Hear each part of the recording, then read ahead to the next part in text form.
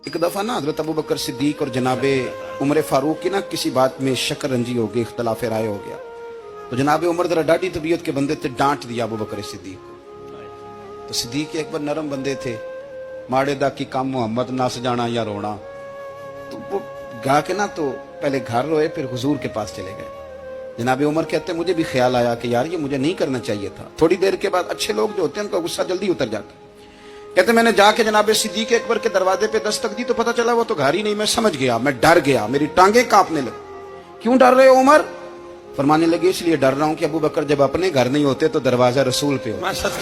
सारी बात तो सुना दी होगी। फरमाते मैं नबी पाक की बारगाह में पहुंचा, सामने अबू बकर बैठे हैं, पुश्त मुबारक मेरे करीम रसूल की काबे की जानब, चेहरा सिद्दीक अकबर की जानब, दोनों की गर्दनें झुकी हुई।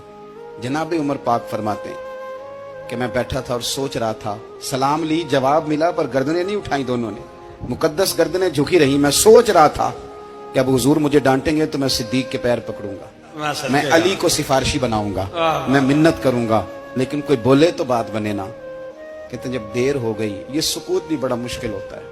ओहो, अगर कभी वो चुप कर जाए तो ये भी बड़ा मसला है, महबूब भी चुप कर जाए।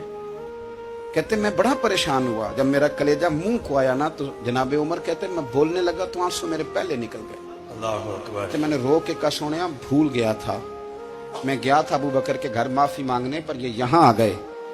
ये मेरे दोस्तों इसे मेरी तकरीर ना समझना, मेरे रसूल पाक के ये असल लफ्ज आपको किताब में मिलेंगे। आप तबक़ात इब्न साद उठा के देखें। जनाबे उमर कहते हैं मैंने अर्ज की हुजूर मैंने गलती समझ ली थी, मैं गया था अबू बकर के घर, हुजूर मैं भूल गया था।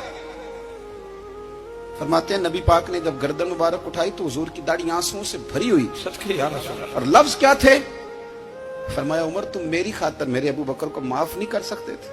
आप बात को समझे, ये नहीं फरमाया अबू बकर ने गलती नहीं की, फरमाया छोड़ नहीं सकते थे, तुम मेरी वजह से मेरे साहब को छोड़ नहीं सकते थे। फिर हुजूर ने फरमाया उमर ये सारा मक्का तलवारें लेके मुझे कत्ल करने आता था, यार ये अकेला था, इसने खोल के बाजू कहा था कि जो हुजूर तक जाएगा मेरी लाश से गुजर के जाएगा। पर मैं दुनिया भूल जाती है, मुझे याद है अबू बकर सिद्दीक ने माल भी दिया, औलाद भी दी, मेरी खातर छोड़ नहीं सकते थे।